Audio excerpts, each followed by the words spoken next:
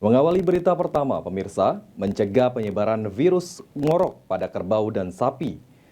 10.000 vaksin telah didistribusikan ke beberapa kabupaten kota di Sumatera Selatan yang memiliki kasus ngorok kepada kerbau dan sapi.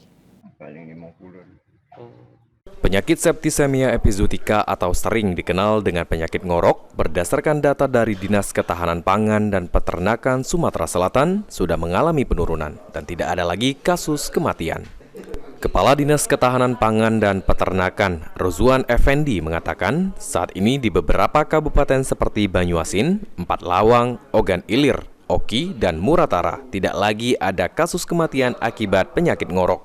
Saat ini pemerintah Provinsi Sumatera Selatan melalui DKPP sudah sebarkan 10.000 dosis vaksin ke beberapa kabupaten kota yang terdapat penyakit ngorok. Sehingga dengan adanya vaksin diharapkan dapat meningkatkan kekebalan tubuh pada hewan peliharaan terutama kerbau dan sapi.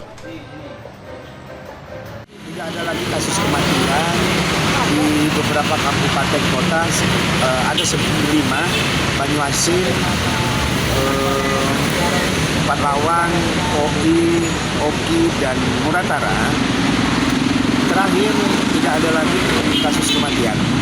Dan bahkan sekarang sudah ada lebih kurang 1.000 di Oki dan OI. Itu yang Rozwan menghimbau masyarakat untuk melakukan budidaya atau memelihara hewan secara komunal di kandang tidak dilepas liarkan, sehingga akan lebih mudah dalam pengontrolan, vaksinasi, dan pembersihan di lingkungan hewan ternak.